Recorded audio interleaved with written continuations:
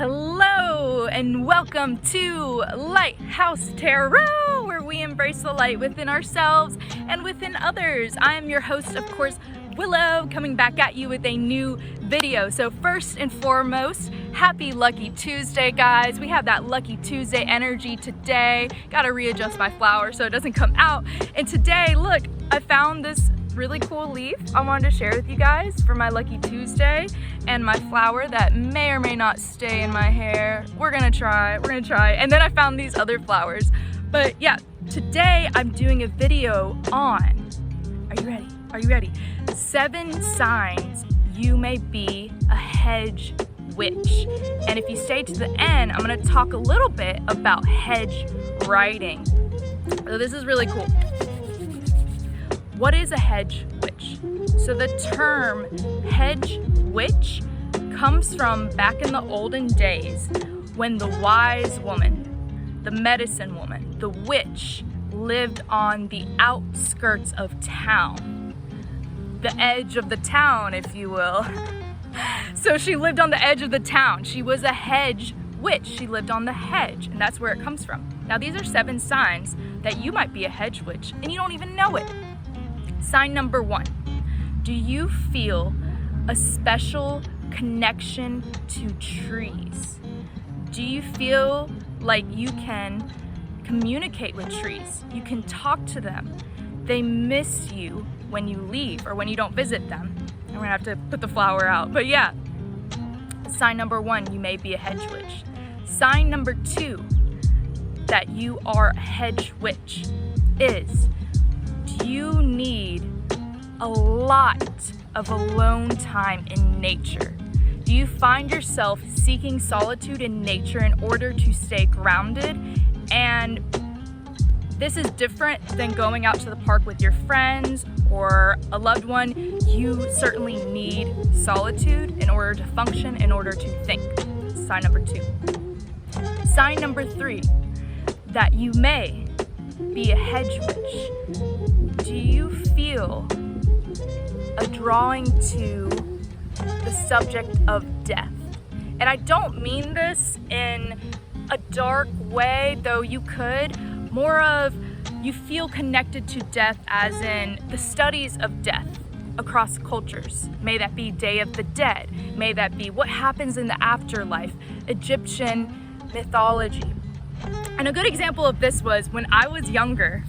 There's a little beat. When I was younger, I lived in Orlando, and I would spend a lot of time with my sisters out in the sun, and we had dirt.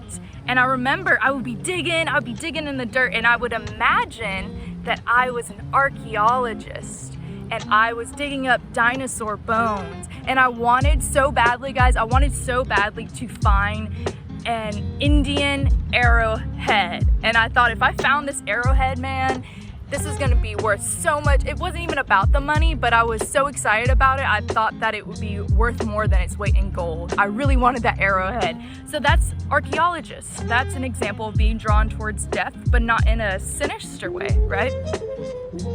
Sign number 4, that you may be a hedge witch.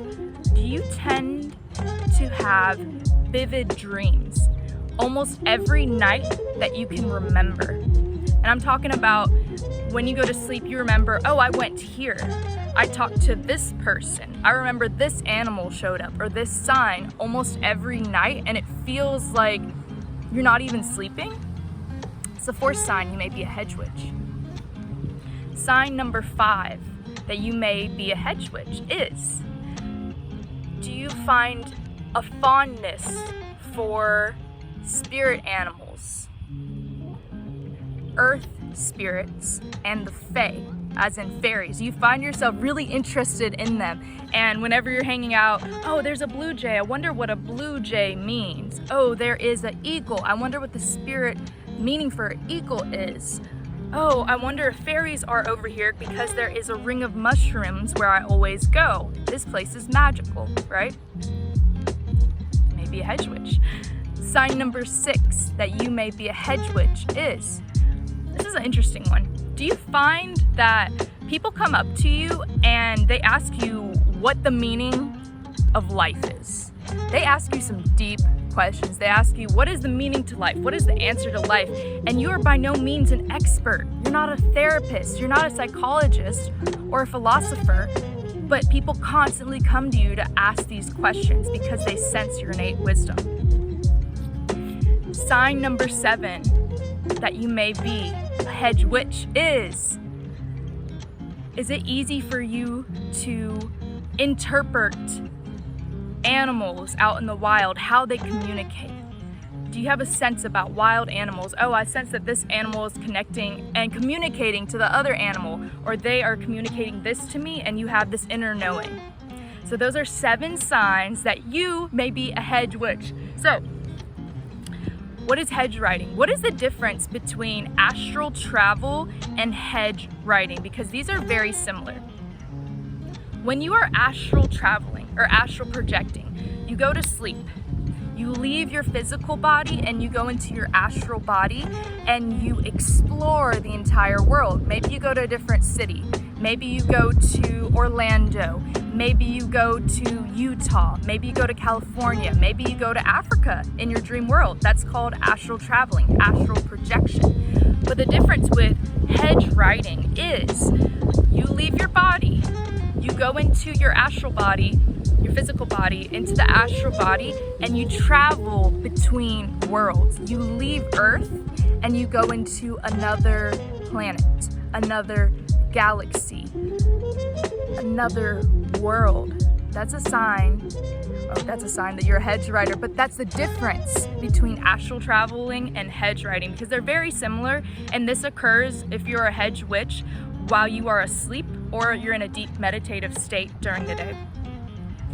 The cool thing about this is with hedge witches, it is said that when a hedge witch is hedge writing, they go to the tree of the world. The tree of the world, I'm going to use this as an example. The tree of the world, right? This comes from Norse mythology. The tree of the world has 9 realms. The upper realm, the middle realm, and the lower realm, and 3 layers each. So 3 upper, 3 middle, and 3 lower. So it is said when you're maybe when you're astral traveling, but most certainly when you are hedge writing, you go to this tree and you talk to people and you collect knowledge and you find hidden knowledge and you acquire signs and you find your spirit guides and your spirit animals. And a hedge writer, they do not have any control of what goes on. Think of it as Inception. You don't have any control of what goes on around you, what's happening, who's there, but you do have full control of your body and what you say. So hedge writing is when you go to the tree of the world and you bring out knowledge, you bring out ideas, you find the secrets of life, you talk to your ancestors' guides, and you receive intuitive downloads. So cool, guys, so cool.